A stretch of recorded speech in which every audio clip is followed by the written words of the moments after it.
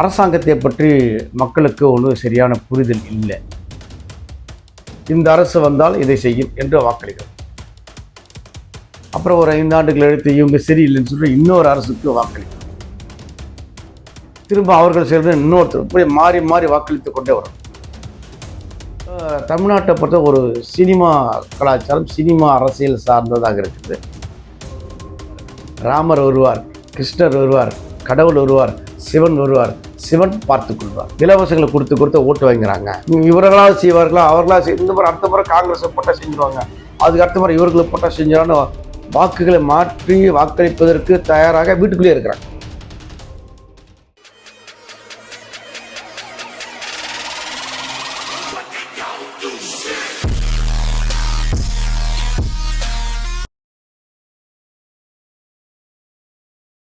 அனைவருக்கும் வணக்கம். நான் உங்கள் டிஜே சங்கர். இன்றைய ஒரு புதிய வீடியோ. நம்ம சேனல் சோஷியல் அவேர்னஸ் சேனல். அனைவருக்குமான கல்வி, வேலைவாய்ப்பு, வறுமை ஒழிப்பு, முதியோர் பென்ஷன் இந்த பல்வேறு தரவுகளை உங்களுக்கு தொடர்ந்து கொண்டு வந்து சேர்க்கும். அந்த வகையில் நம்ம சேனலை சப்ஸ்கிரைப் பண்ணுங்க, ஷேர் பண்ணுங்க, லைக் பண்ணுங்க, குறிப்பாக கமெண்ட் பண்ணுங்க என்று உங்கள் அன்போடு கேட்டுக்கொள்ளும். இன்றைய வீடியோ என்னன்னா, நம்ம சேனல்ல கமெண்ட் பாக்ஸ்ல ஏகப்பட்ட கமெண்ட்ஸ்களை போட்டிருக்காங்க. குறிப்பாக மினிமம் பென்ஷன், ஹையர் பென்ஷன் கிடைக்காத சம்பந்தமாக பலர் பலவிதமான கருத்துக்களை, அரசியல் தாக்குதல்களை தொடுத்திருக்கிறாங்க. பொதுவாக அவர்களுடைய கோபத்தை, அவர்களுடைய வருத்தத்தை, அவர்களுடைய இயலாமையை அவங்க பதிவு செய்திருக்கிறார்கள் என்றுதான் நான் அதை பார்க்கிறோம். அதே மாதிரி இங்கே ஓய்வு பெற்றோர் பென்ஷன் மட்டுமல்ல, பல இடங்களில் மக்கள் தனது ஆற்றாமையை வெளிப்படுத்தியிருக்கிறாங்க. அரசாங்கத்தை பற்றி மக்களுக்கு ஒன்றும் சரியான புரிதல் இல்லை. இதை எப்படி எதிர்கொள்வது என்பதை பற்றி பேசுகின்ற காணொலி இது. இந்தியா வளரும் நாடு, வளர்கின்ற நாடு, வளர்ந்து கொண்டிருக்கிற நாடு, இப்படிதான் நம்ம 20 ஆண்டுகளாக சொல்றோம். அப்துல் கலாம் கூட சொல்லிட்டு 2020 வல்லரசாக மாற வேண்டும் என்று அவர் கனவு கண்டுட்டு சொல்லிட்டு போயிட்டார். அவர் கனவு நல்ல கனவு தான், ஆனால் கனவு நினைவாகவே இல்லை. அப்போ இந்தியாவில் 144 கோடி மக்கள் இருக்கிறார்கள். இன்னும் ஏழைகள் இருக்கிறார்கள், இன்னும் கல்வி கற்காதவர்கள் இருக்கிறார்கள், இன்னும் இடையில டிராப் அவுட்ஸ் நிறைய இருக்கிறது, வறுமை இருக்கிறது, விவசாயத்தை நம்பியே இருக்கக்கூடிய மக்கள் பெரும்பான்மையாக இருக்கிறாங்க என்று பல அம்சங்கள் இந்திய திருநாட்டில் இந்தியர்களுக்காக இருக்கிறது. அப்போ நாம் என்ன சொல்றோம்னா, இப்படி இருக்கக்கூடிய இந்த சூழலில் மக்களுக்கான தேவைகளை நிறைவேற்றுகின்ற அரசு என்று இந்த அரசு வந்தால் இதை செய்யும் என்று வாக்களிக்கிறோம். அப்புறம் ஒரு 5 ஆண்டுகள் எடுத்து இவங்க சரியில்லைன்னு சொல்லி இன்னொரு அரசுக்கு வாக்களிக்கிறோம். திரும்ப அவர்கள் சேர்ந்து இன்னொருத்தர் இப்படி மாறி மாறி வாக்களித்து கொண்டே வரும். ஆனா வாக்குகளை அளிக்கின்ற மக்களுக்கு ஒரு தெளிவான பார்வையும் தெளிவான சிந்தனையும் இருக்கிறதா என்பதைத்தான் நம்ம இன்னைக்கு உரையாட போறோம். அரசு ஒரு வலிமை வாய்ந்த அரசு. எந்த அரசாங்கம் தான்? அரசாங்கம் வலிமை வாய்ந்தது. ஒரு தலைகீழ் மாற்றத்தை அரசாங்கம் செய்திட முடியும். ஒரு தனி மனிதர்களால் செய்ய முடியாததை, ஒரு 100 பேர் 1000 பேர் கொண்டு செய்ய முடியாததை அரசாங்கம் செய்திட முடியும். ஏன்னா அரசாங்கம் அனைவரால் வாக்களிக்கப்பட்டு தேர்ந்தெடுக்கப்பட்ட அரசாங்கத்திற்கு நிதி இருக்கிறது, இராணுவம் இருக்கிறது, மிகப்பெரிய மக்கள் தொகை இருக்கிறது, எல்லாம் இருக்கிறது. அதனால்தான் சர்வ வல்லமை பொருந்தியது அரசு என்று நம்ம சொல்றோம். ஆனா அந்த அரசு யாருக்காக பயன்படுகிறது என்பதைத்தான் இன்றைக்கு கேள்வியா இருக்கு. அப்போ அந்த அரசு மக்களுக்காக, ஏழை எளிய மக்களுக்காக பயன்படுகிறதா? ஏழை மக்களுடைய ஒரு நீண்ட ஆண்டுகளோட கோரிக்கை நிறைவேற்றப்படுகிறதா, நிறைவேற்றி இருக்கிறதா?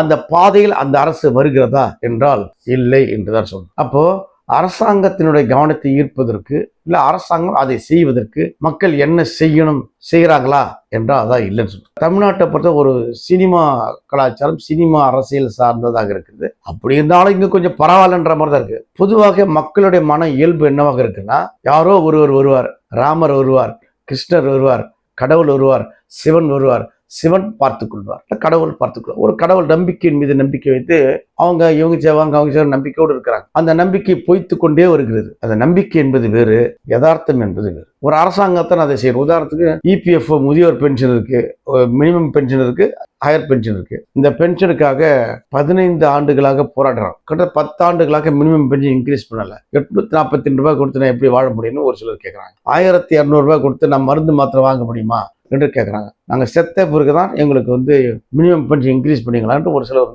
மிக அங்கலாய்ப்போடு வருத்தத்தோடு பதிவு பண்ணுறாங்க. இது பென்ஷன் சம்பந்தமாக, அது முதியோர் pension higher pension, minimum pension சம்பந்தமாக. இன்னொன்று அரசு ஊழியர்கள், ஆசிரியர்கள் பண்ணுறாங்க, பழைய பென்ஷன் வேண்டும் என்று போகிறாங்க. இந்த அரசு வந்தால் செஞ்சிடும், அந்த அரசு வந்தால் செஞ்சிடும். இப்போ விடியல் அரசு கோரிக்கை, விடியல் அரசுக்கு வாக்களிங்கள், நாங்கள் உங்களுக்கு விடியலை ஏற்படுத்தணும்னு சொல்லி அவங்களும் செய்யலன்னு சொல்லி இப்போ போராடி கொண்டிருக்கிறாங்க. ஆக அரசு கொள்கை, அந்த கோரிக்கைகளை, மக்களுக்கான திட்டங்களை, மக்களுக்கு சேவை செய்வதற்காகத்தான் அரசு.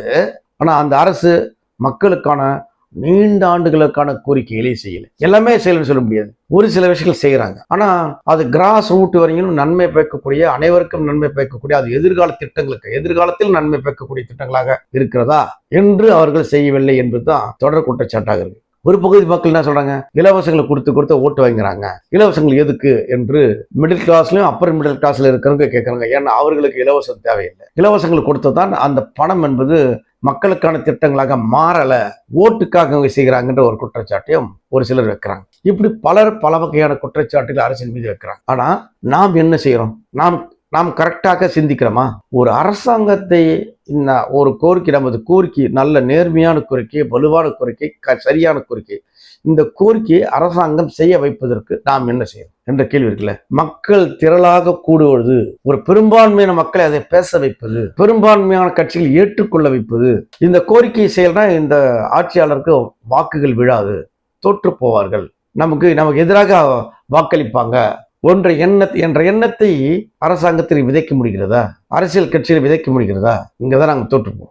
ஆனா என்ன நினைக்கிறோம், ஓய்வூதியர்கள் மினிமம் பென்ஷன் இன்க்ரீஸ் பண்ணணும், இவர்களாவது செய்வார்களா, அவர்களா இந்த மாதிரி அடுத்த முறை காங்கிரஸ் போட்டா செஞ்சிருவாங்க, அதுக்கு அடுத்த முறை இவர்களை போட்டா செஞ்சிடான்னு வாக்குகளை மாற்றி வாக்களிப்பதற்கு தயாராக வீட்டுக்குள்ளேயே இருக்கிறாங்க. வீட்டை விட்டு வெளியே அவர்கள் சிந்தனை வருவதே கிடையாது. வீட்டை விட்டு அவர்கள் சிந்தனையும் செயலாக்கம் வெளியே வருகின்ற பொழுது அவர் பலர் நூறாக ஆயிரமாக இந்த சிந்தனைகள் எல்லோரும் கொண்டு சேர்க்கின்ற பொழுது அது வலுவான கோரிக்கையாக மாறும். எதை சொல்றேன் நான்?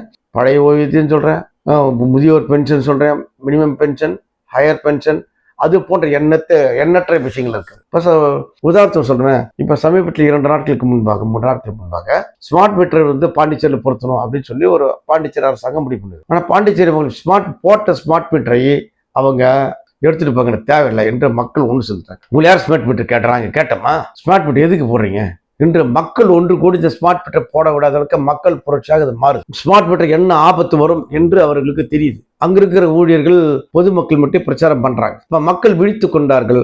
மக்கள் விழித்து கொண்ட பிறகு அந்த கோரிக்கையை எதிர்க்க ஆரம்பிச்சிட்டாங்க. நம்ம உதாரணத்துக்கு ஸ்மார்ட் மீட்டர் சொல்றோம். இது போன்ற எண்ணற்ற விஷயங்கள் இருக்கு. ஒரு எம்எல்ஏ தனது தொகுதி மக்களுக்கு கொடுத்த வாக்குறுதியை நிறைவேற்றவில்லை என்று சொன்னால் அந்த எம்எல்ஏ அந்த தொகுதிக்கு வர முடியாத நிலை கடந்த காலங்களில் பல்வேறு தொகுதிகளை தமிழகத்தில் நடந்திருக்குது, இந்தியாவிலும் பல்வேறு தொகுதிகள் நடந்திருக்கு, அதில் எம்பிக்களுக்கு நடந்திருக்கு. அது ஏன் நடந்ததுன்னா, சொன்ன வாக்குறுதி நீங்க செய்யவில்லை என்பதற்காக ஒன்றாக கூடல, 10ஆக 100ஆக கூடல, பல ஆயிரங்களாக கூடியதன் விளைவாக அந்த நிகழ்வு ஏற்படும். அரசாங்கம் வலிமை வாய்ந்தது, அதுல டவுட்டே கிடையாது. அரசாங்கம் வலிமை வாய்ந்தது. அரசாங்கம் மக்களுக்காக உருவாக்கப்பட்டது. மக்கள் தான் அரசாங்கத்தை உருவாக்குகிறார்கள். மக்கள் தான் அந்த அரசாங்கம் சரியில்லை என்று வேறு அரசாங்கத்தை உருவாக்கம் செய்கிறார்கள். அப்போ அரசாங்கத்தை உருவாக்குகின்ற மக்களுக்கு வலிமை இருக்கிறது.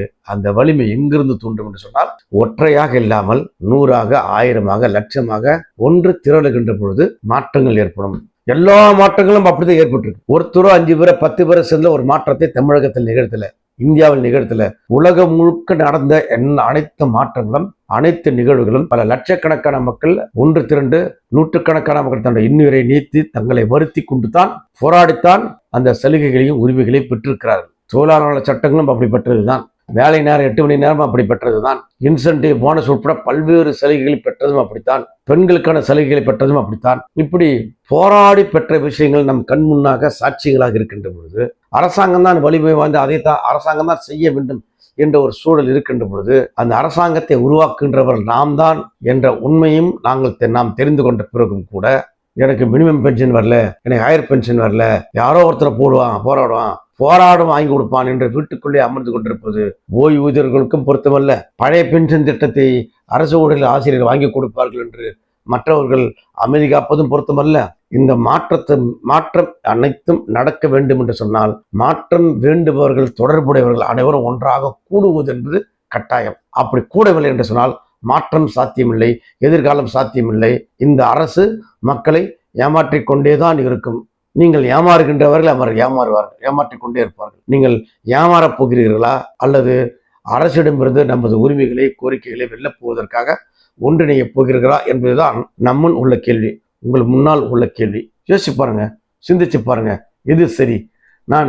நான் சொன்னது சரி என்றால் கமெண்ட் பாக்ஸில் போடுங்க. மீண்டும் வேறொரு காணொளியில் சந்திப்போம். அன்டில் தென் பாய். நான் உங்கள் டிஜே சங்கர். நன்றி, வணக்கம்.